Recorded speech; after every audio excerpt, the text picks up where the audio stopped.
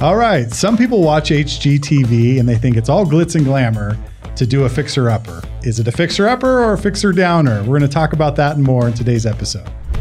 The Den, powered by the Lyons Group, a show dedicated to exploring hot topics in real estate, local happenings, and industry trends. We're a small team of professionals approaching $400 million in sales and nearly 2,000 local transactions. You're listening to time-tested experts and industry leaders. Here's a refreshing look at real estate happenings and more. Welcome to The Den. All right. Welcome to today's episode. We're going to be talking about fixer-uppers. We kind of get starry eyes together when we're like, hey, let's fix up a property and flip it. But is it really worth it? And as a fixer-upper, is it one of those things that you're getting in over your head? So we're going to talk about that, some real world experiences today, and shed some light on fixing up a property and flipping it or holding it. But before I get to that, I want to introduce my friends, my partners, my co-hosts, the fellow members of the Lyons Group. To my left, Paul, Hammy the Rockberry, Melissa, Let's Go, Glasgow, Aspen the Ninja Gruen, and Shannon the Boss, Martin Martinez. My name is Ben the Bodacious Lyons, and I'm your host of The Den. I got to sign on for that one. I had to throw that in there. Got to vote? Yeah, we got to vote. Next time that. we need to have like a consensus. So, yeah. So I figured we'd have an episode today about fix and flips or fixer-uppers. And whether you're flipping it, buying it as a primary, I know you had talked about this in an episode, Aspen, about, buying, fixing it up, and then every 2 years selling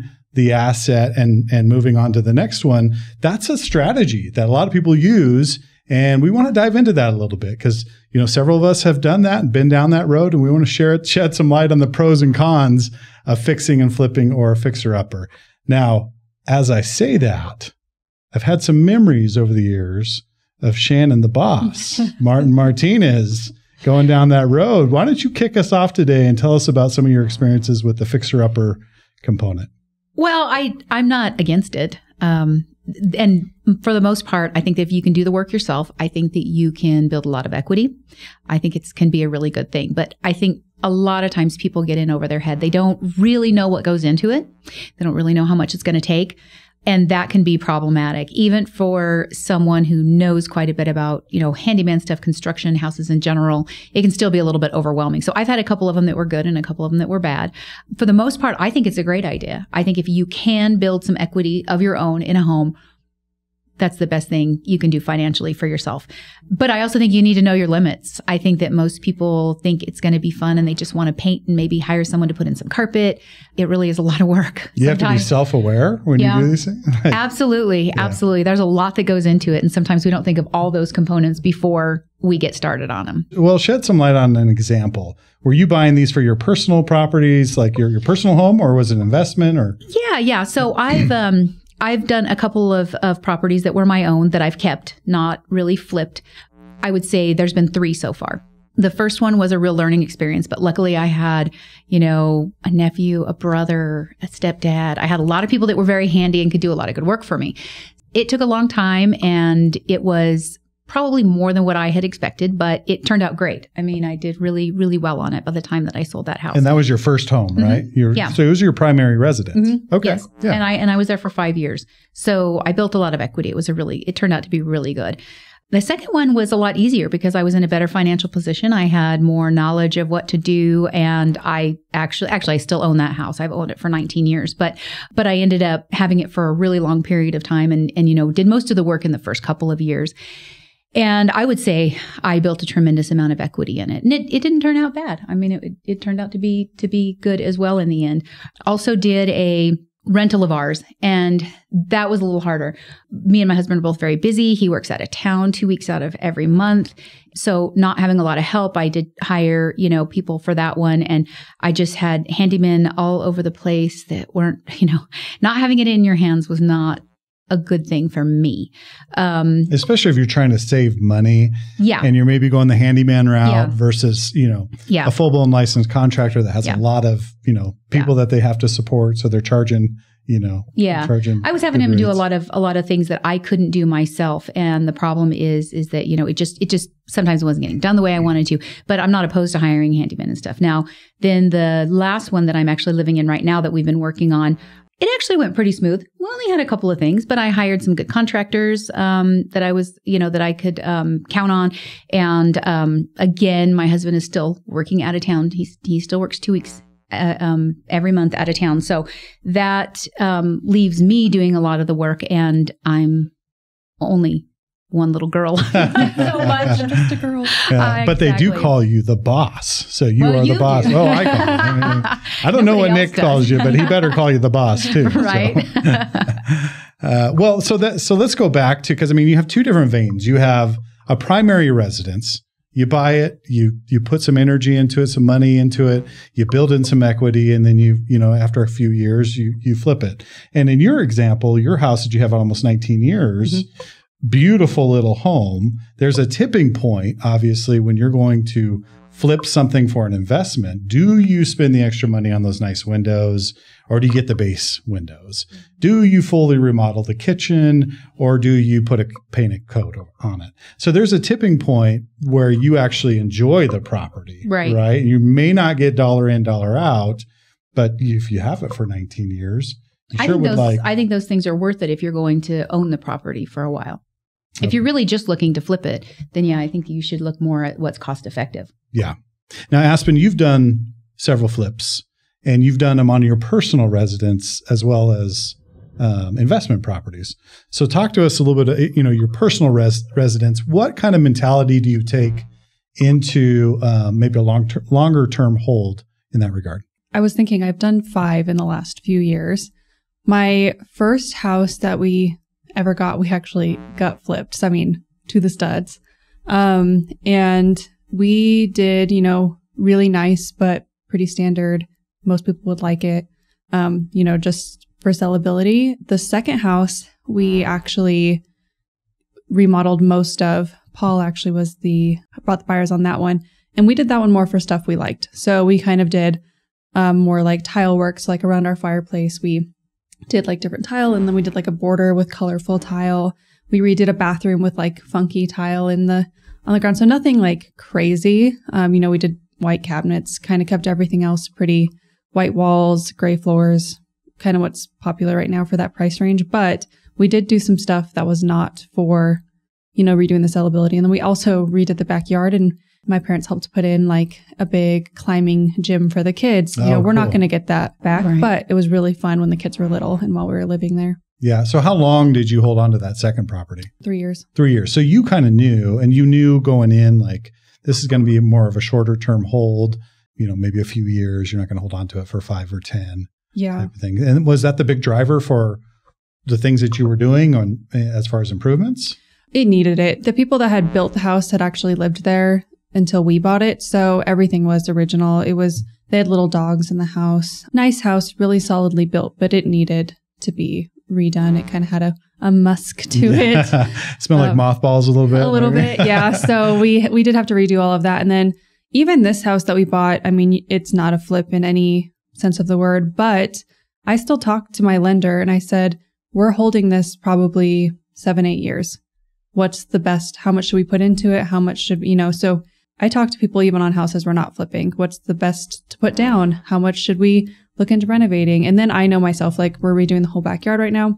Backyard was beautiful before, but I am doing things that I think I'll be able to get most of the value back. Mm-hmm. But that's not the driving factor at all. I want to live in my backyard. So there is some like livability to it as well. Yeah, you want to enjoy the space while you're there, because you may be there another 5 years or maybe 3 years or maybe next week. I got a listing that you may. Don't tell Bryson. Yeah, we want Bryson. If you're watching, it's not my fault.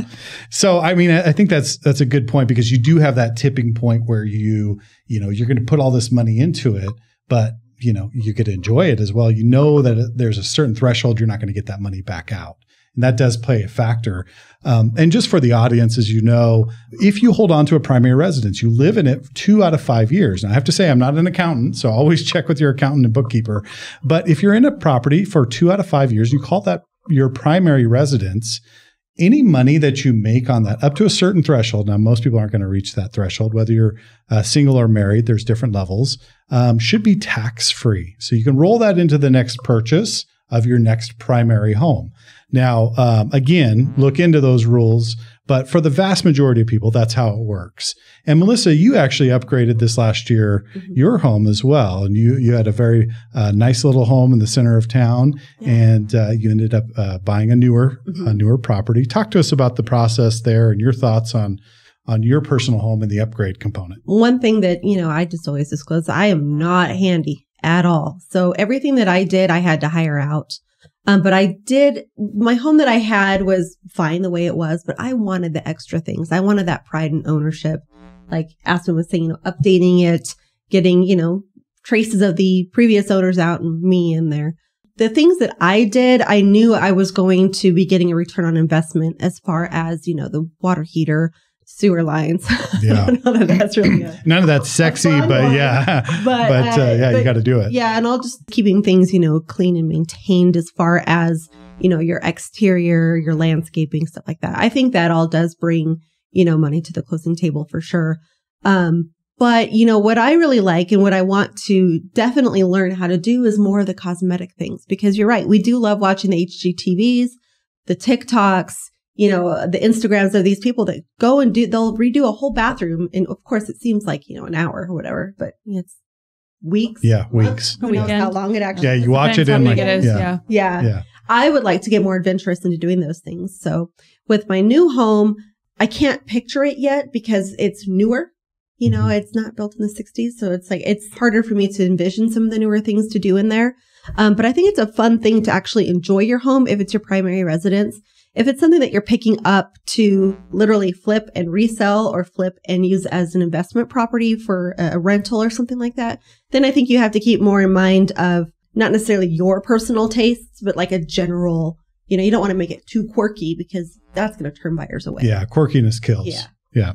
But if you're living in it, go all out. Be a maximalist. Yeah. You want a hot pink wall? Do it. Yeah. Enjoy it. Right. Yeah. Well, and you made an interesting point, Aspen, about you're in the business. You're obviously a very successful realtor, but you're still asking. You were asking your mortgage broker. You were asking other people, like, what are your thoughts here? So it's not like you just go into it without putting some thought into where you're going to put your money into the home, where you're going to be the fixer part, right? Yeah, no, I price out everything and then I add 25 to 50% depending on what it is. If I know I'm going to be redoing something like a kitchen or a bathroom, I'm adding on 50% because you don't know if you're going to run into mold. Yeah. You don't know if you're going to run into a huge issue or maybe the pipes are old behind the wall and you have to redo all of them. Mm-hmm. If I'm doing a cosmetic, like just paint, flooring, I still will add about 25% because you don't know if you're going to pull up the carpet and there's asbestos tiles underneath. You just don't know what you're going to run into. So I have a pretty big buffer, which I don't think is for everybody, but it makes it very safe for me because especially when I was first starting, I did not have the cash to lose. So I tried to be very, very careful with what I was doing, and knock on wood, I haven't had any flops yet. I'm sure it will happen eventually as I'm getting more, adventurous with what I'm buying, but I definitely lean towards the safe things with a big buffer. Yeah. And you were seeking opinions of others, even though you're in the business. Yeah. And that just is a testament to getting with a good realtor and asking questions because they can be someone that is a soundboard for you. And I just always, when people go, it's not quite ready yet for you to come, I'm like, no, I want to come right now before you do these other things so I can help guide on things that you're going to get value out of and whatnot. Personal residence is very different than doing a fix and flip type of thing. So we're still kind of in the personal property vein in that regard. In fact, I just saw a short the other day, and this lady talked her husband into buying like a 150-year-old like schoolhouse, and it was an all bricks. You would have loved this. I'm sure it would have. All brick, and she like basically gutted. They took all the way to the studs in the ceiling. She added like 12 skylights, and then it's just like this gorgeous like mix of old with some contemporary things. And then she's the plant lady, so she's got like hanging plants everywhere, and the snake plants under the stairs. It was really cool. I'm like, ooh, that's cool. This is dangerous because people see this and they're like, oh, it's easy. It's easy, right, Paul? Do that. So so Paul and I, we have a joke that, when we close with people and they're going to do something, we just say, call us on demo day.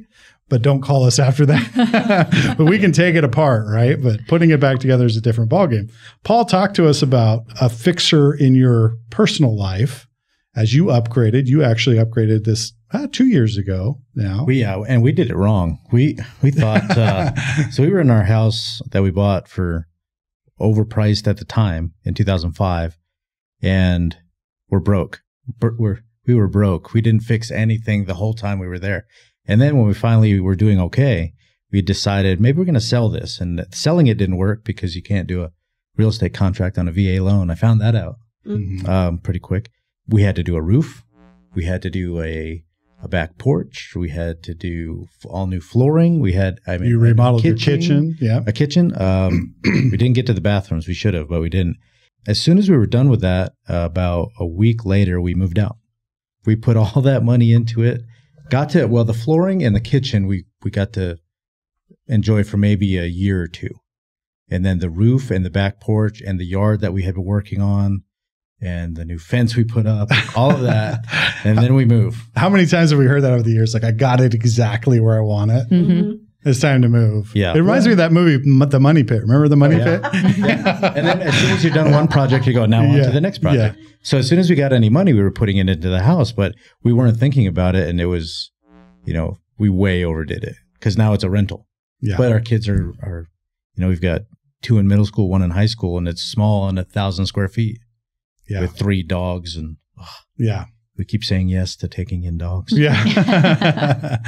Well, so you weren't as strategic because you weren't thinking along those lines. And that's where, for our audience, we should be saying, even in your current home, you think you may not be moving, still think about these things because the reality is you're going to move at some point. Exactly. Because we thought we were going to retire there. Michelle and my wife and I had a bunch of talks about just staying in that house because we loved it. It fit. It was, it was like your favorite pair of pants or something like that. It just fit right. Yeah. And then skinny jeans come on. And then we got an opportunity that we couldn't say no to. And now somebody else is enjoying all of our hard work. Yeah.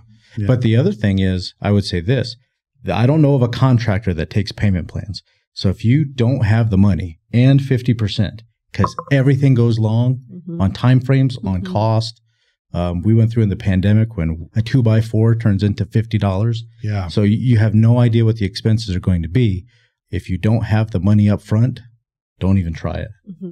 Don't start it yourself and then call somebody in because then it costs twice as much. Mm-hmm. Yeah. Well, and the other thing is you don't want to, Shannon started the podcast and be self-aware, right? We have a lot of people that go, oh, I can totally do that. I can totally do that. And then they get into it. Maybe they're too busy in their schedule or they really don't know how to do that right. And then you're dealing with it down the road. Like, oh my gosh, who did this? Right. How many times have we seen that over the years? We're like, holy cow. So they did an addition. Yeah. But you're going to need to tear it down because it just doesn't comply with code and they didn't pull the proper permits and things like that. Becoming self-aware through that process. Let's not talk about my current listing. So I can't help that, Paul. I try, it's okay. I got to say no sometimes. That's it. So to kind of wrap this up, if you are going into a fixer upper, right? How do we stay away from making it a fixer downer? What would be like a couple of the key components, 2 main ideas? In fact, go ahead, Paul. I would say this. If you have to ask, is this a retaining wall? Back away. Yeah. You should not be doing this. Yeah. Because you don't have the HGTV budgets and contractors are going to go, well, the roof goes this way, so you should be good. And then you start doing it and things fall apart. Yeah. And a lot of people walk in there like, I can just blow this wall out and, we'll open up this space. And that's all great. Conceptually, that's wonderful, but you may be dealing with a load-bearing wall. And a lot of people don't understand what goes into a load-bearing wall. And it's exactly what it means. It's bearing the load of your roof. And you can't just open it up, right? So there's a lot of things to consider. So I'm going to go to the speed round here real quick. And we're going to dive into this. And Paul, I'm going to ask you straight up, what are the 2 things you should be thinking about if you're getting into a fixer-upper as a buyer? What are the 2 hit things that you should be saying? First and foremost, do I have X and Y in play before I move forward? X is the budget to do your project, and the Y would be, will the the home be worth what you think it will when you're done.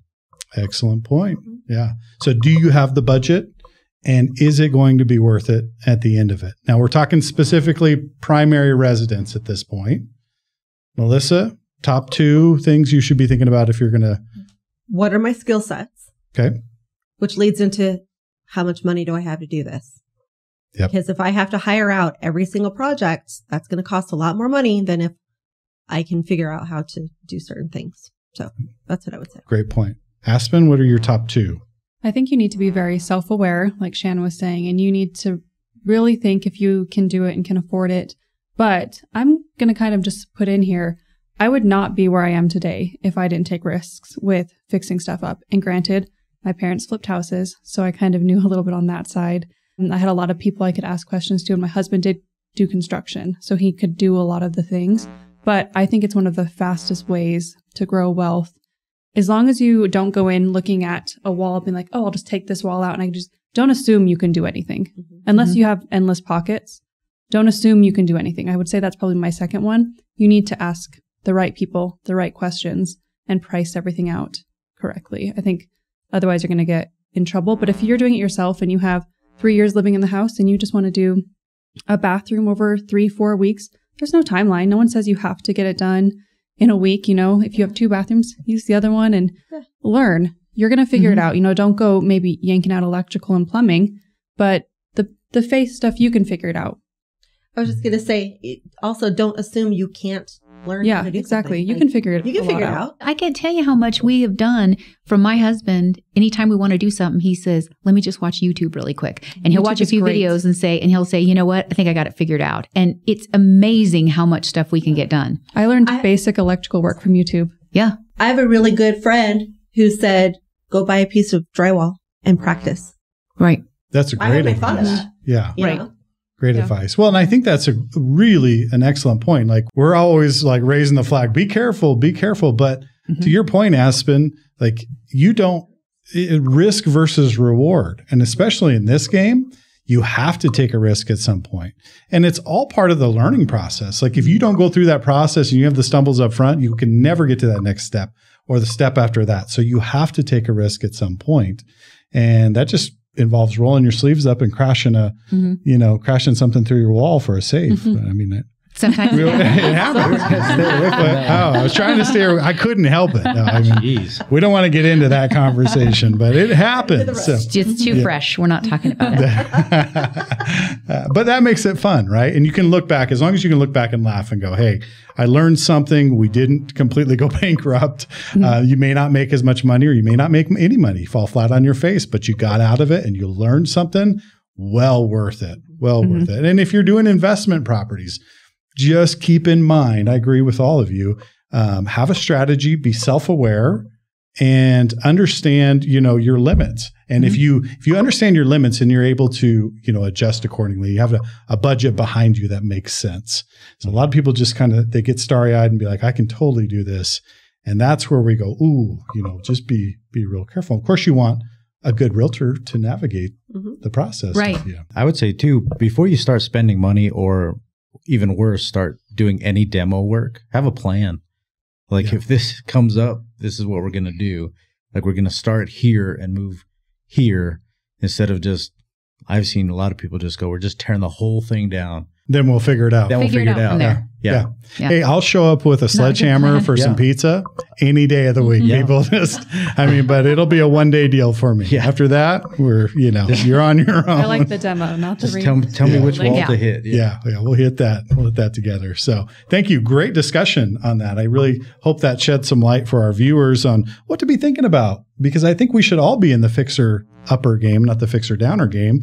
And especially if it's your primary residence, understand your plan to stay in your home for 30 years is very unlikely to happen. You will eventually sell that property or you'll turn it into a rental. So put some foresight into your strategy there. Wrapping that component up onto the favorite part of the podcast in my eyes, which is the Lyons Pride. So as Lyons Group members, we all dedicate our time to making our community better here locally. We do what we can to get involved with nonprofits. We serve our community, our peers. We reach out and try to make the area we live better. And so we like to highlight those individuals that do the same. And this is an opportunity to highlight someone in our community. In fact, I'm going to highlight a family, which is a little bit different. Usually we do an event, a place, a single person, a family this time around. And I would like to acknowledge the Penningtons. How many of you all know the Penningtons? Mm-hmm. Yeah, I think we all do. They're a fantastic family. We've got Matt and Dalee Pennington, and we have Jesse and Grant Pennington. We have Mom and Dad Pennington. Their names escape me off the top, but they've since removed from the business, but they own the farmer markets in Bloomfield and in Flora Vista. Not only that, they own Empire Athletics, which is a great athletic center here in the heart of Farmington. And they're just a wonderful family. Like they just give back constantly. They do stuff for schools that you never see. They don't go out and wave the flag like, look at me, but they're always giving to our children. They're always creating spaces for our kids to thrive. And as we talked about in some of the best parts of living in the Southwest, this community is wonderful. So Pennington family, if you're listening to this podcast, please know that as the Lyons Group, we see you, we recognize you. We want to thank you for all the work you do in our local community. Continue doing what you're doing. It's doing great things. And welcome to the Lyons Pride. So glad we got through that one. That's fantastic. The Penningtons are wonderful. Our next episode, what are we going to be talking about the next episode? Paul, did you come up with something? No. Oh, okay. Negotiations. So next episode, we're going to be talking about negotiation secrets. And you're going to want to listen to that because we're going to give you we're not going to give you everything, but we'll give you a little inside glimpse into how we negotiate, how we set the stage to get you the best deal as a buyer or the best price as a seller. So we'll be talking about that on the next episode. If you want to schedule a consultation with any one of us here at the Lyons Group, go to sjcbroker.com. Follow our YouTube channel, our TikTok, our Instagram, our Facebook. Always has constant updates on what we're doing. Just get in the vein with the Lyons Group. You won't regret it. We're always bringing you timely deals, great information that can help impact your journey through home ownership. So hopefully you'll join us on next episode. Thank you for joining us today on this episode of The Den.